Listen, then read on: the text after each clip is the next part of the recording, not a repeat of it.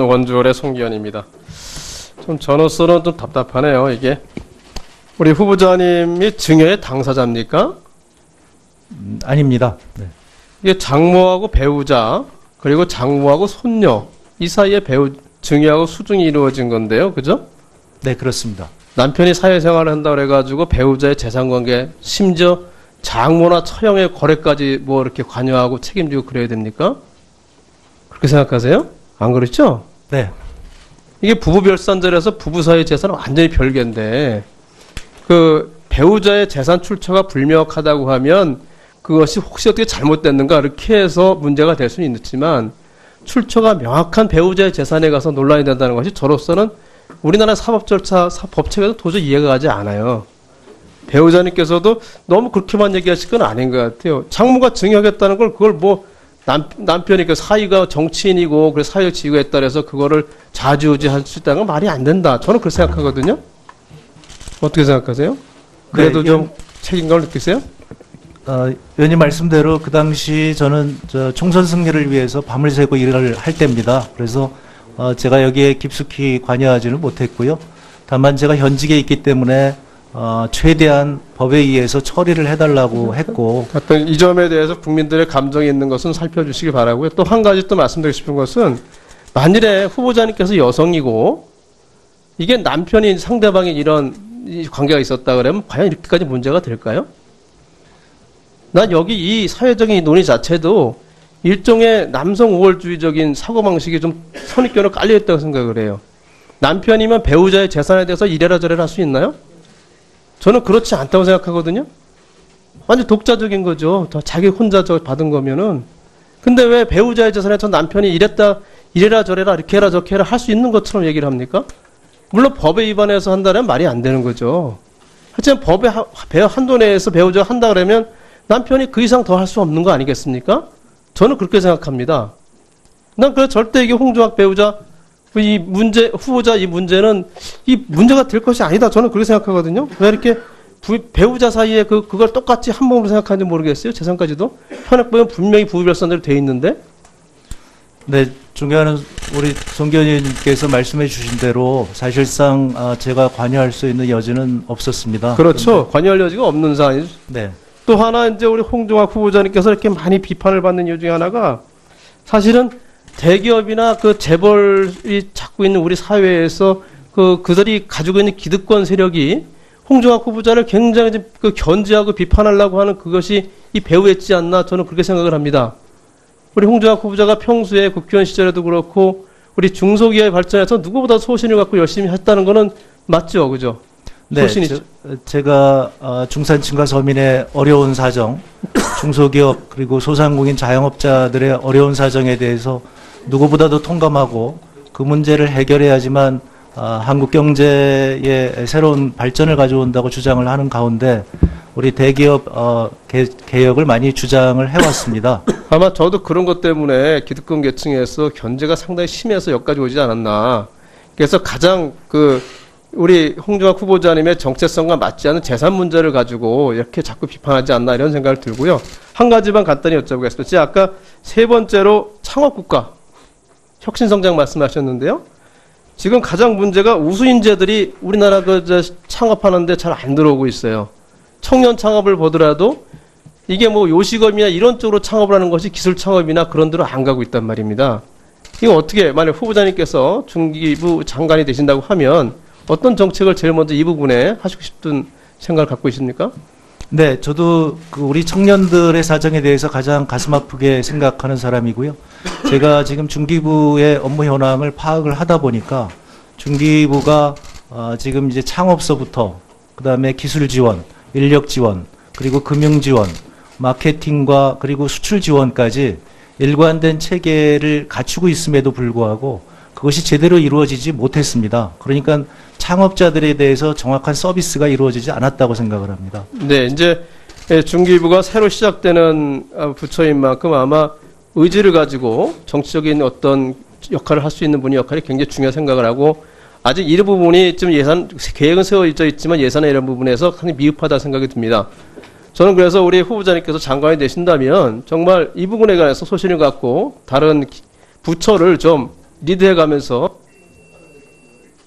실현할 수 있으리라 생각하고 기대를 많이 하겠습니다. 네, 그 말씀. 네, 송기현 의원님 수고하셨습니다.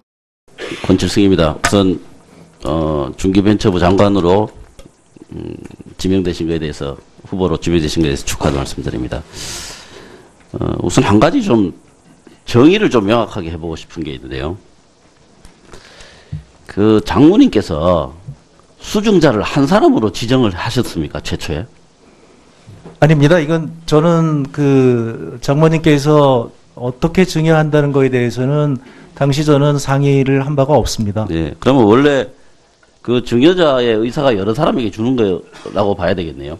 네, 아무래도 이 건물은 어머님께서 당신께서 오랫동안 갖고 오신 그 건물입니다. 네. 애착이 굉장히 크셨고요. 제가 이제 이 말씀을 드리는 게 쪼개기 증여라고 지금 야당 의원님들께서 정의를 내리고 말씀을 하시는데 원래 하나였다면, 원래 한 사람에게 증여를 할 생각이었다면은 쪼개기 증여가 맞죠. 여러 사람에게 세금을 낮추기 위해서 쪼갰다 이런 의미에서 쪼개기 증여가 맞는데 처음부터 여러 사람에게 증여할 생각이었다면 쪼개기 증여라고 하는 것은 좀 과도한 공세다 이런 생각이 좀 듭니다. 그래서 그 부분에 대해서 사실관계를 한번 확인해 보겠습니다. 말씀드렸고요. 네, 의원님 말씀대로 그렇게 어머니께서 결정하신 거로 저는 알고 있습니다. 예.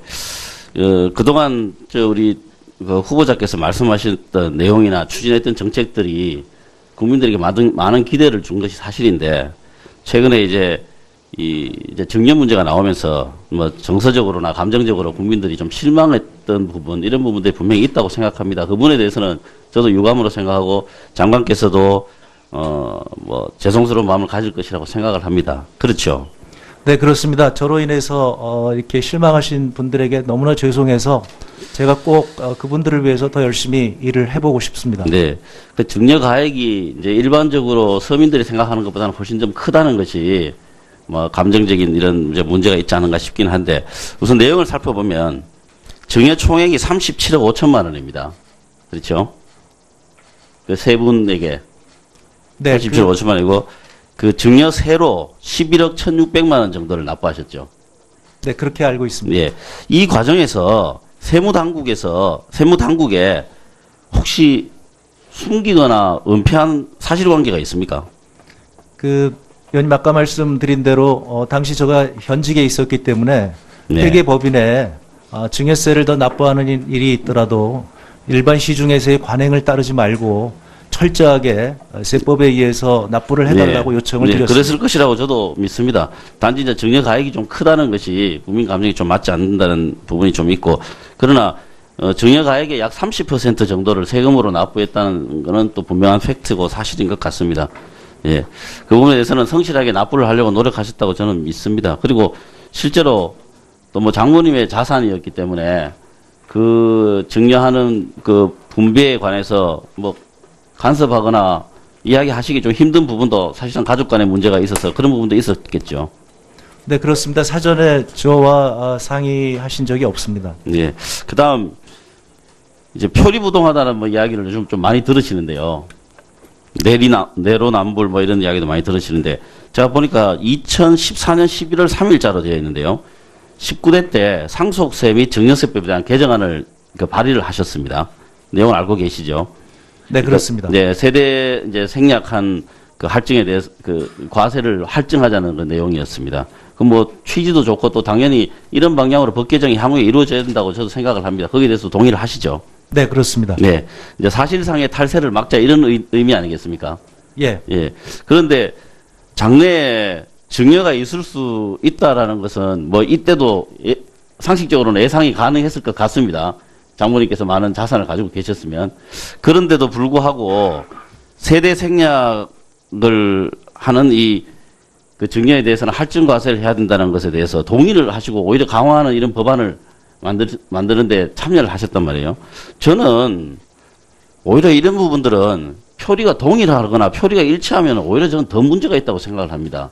오히려 이런 현재 제도에서 그 이익을 볼 수 있는 그런 가능성이 많은 상황이었는데도 불구하고 뭐 본인의 이해관계와 다른 방향의 법 제정을 그 지지하고 그런 제도를 만들기 위해서 노력했던 점에 대해서는 저는 오히려 높이 좀 평가하고 싶은 부분이 있습니다. 이런 부분에 대해서 향후 우리나라 이 증세나 상속에 대해서 어떤 생각을 가지고 계신지, 이거는 중소기업 정책과도 굉장히 밀접할 수가 있습니다. 거기에 더 네, 의원님 말씀 고맙습니다.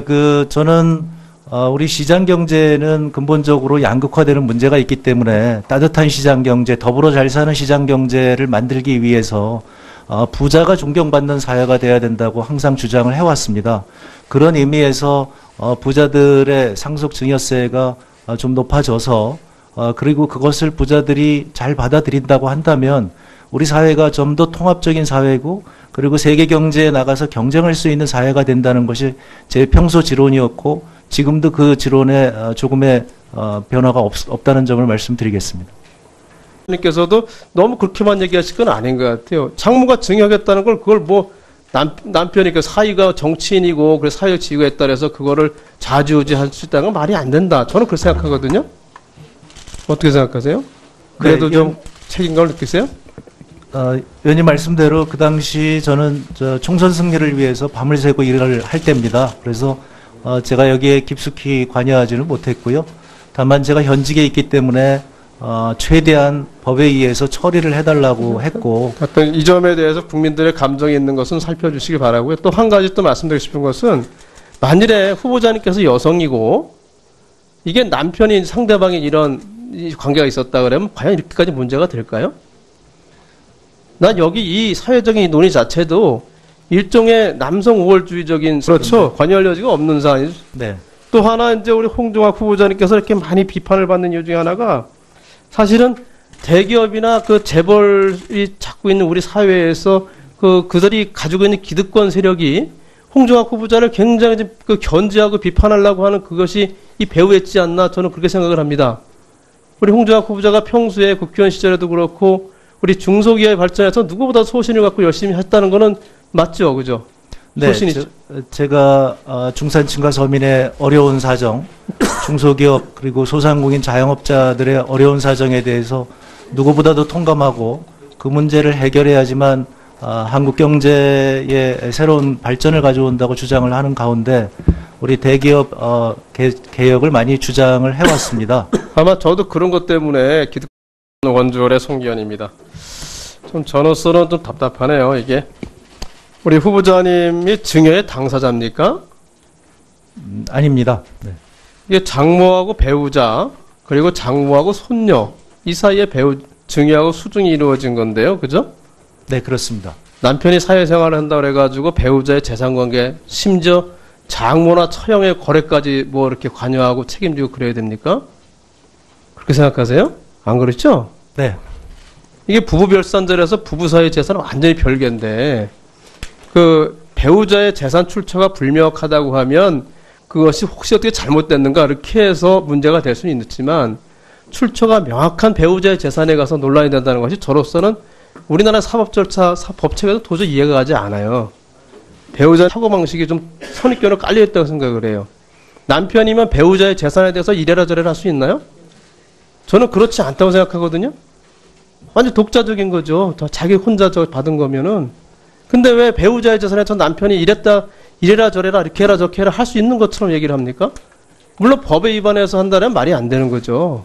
하지만 법의 한도 내에서 배우자가 한다 그러면 남편이 그 이상 더 할 수 없는 거 아니겠습니까? 저는 그렇게 생각합니다. 난 그래서 절대 이게 홍종학 배우자 후보자 이 문제는 이 문제가 될 것이 아니다. 저는 그렇게 생각하거든요. 왜 이렇게 배우자 사이에 그걸 똑같이 한 몸으로 생각하는지 모르겠어요. 재산까지도. 현행 보면 분명히 부부별산대로 돼 있는데. 네, 존경하는 우리 송기현 의원님께서 말씀해 주신 대로 사실상 제가 관여할 수 있는 여지는 없었습니다. 특권 계층에서 견제가 상당히 심해서 여기까지 오지 않았나. 그래서 가장 우리 홍종학 후보자님의 정체성과 맞지 않는 재산 문제를 가지고 이렇게 자꾸 비판하지 않나 이런 생각을 들고요. 한 가지만 간단히 여쭤보겠습니다. 제가 아까 세 번째로 창업국가, 혁신성장 말씀하셨는데요. 지금 가장 문제가 우수인재들이 우리나라 창업하는데 잘 안 들어오고 있어요. 청년 창업을 보더라도 이게 뭐 요식업이나 이런 쪽으로 창업을 하는 것이 기술 창업이나 그런 데로 안 가고 있단 말입니다. 이거 어떻게 만약 후보자님께서 중기부 장관이 되신다고 하면 어떤 정책을 제일 먼저 이 부분에 하시고 싶은 생각을 갖고 있습니까? 네, 저도 그 우리 청년들의 사정에 대해서 가장 가슴 아프게 생각하는 사람이고요. 제가 지금 중기부의 업무 현황을 파악을 하다 보니까 중기부가 지금 이제